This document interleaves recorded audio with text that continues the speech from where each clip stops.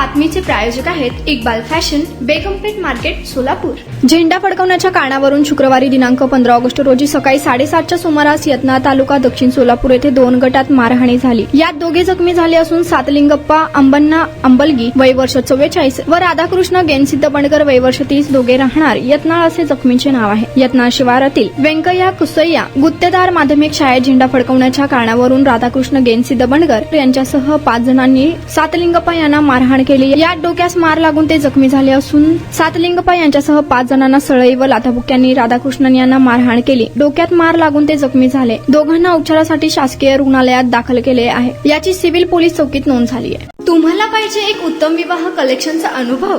सोलापूरमध्ये एकाच ठिकाणी सर्व काही मिळायला हवंय?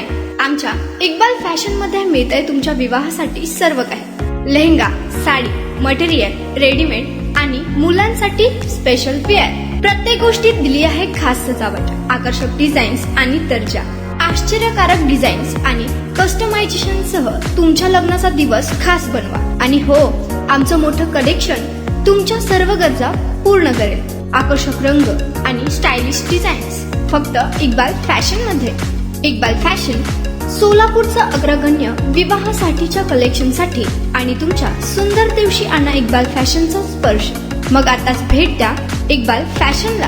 आमचा पत्ता बेगमपेठ मार्केट, सोलापूर।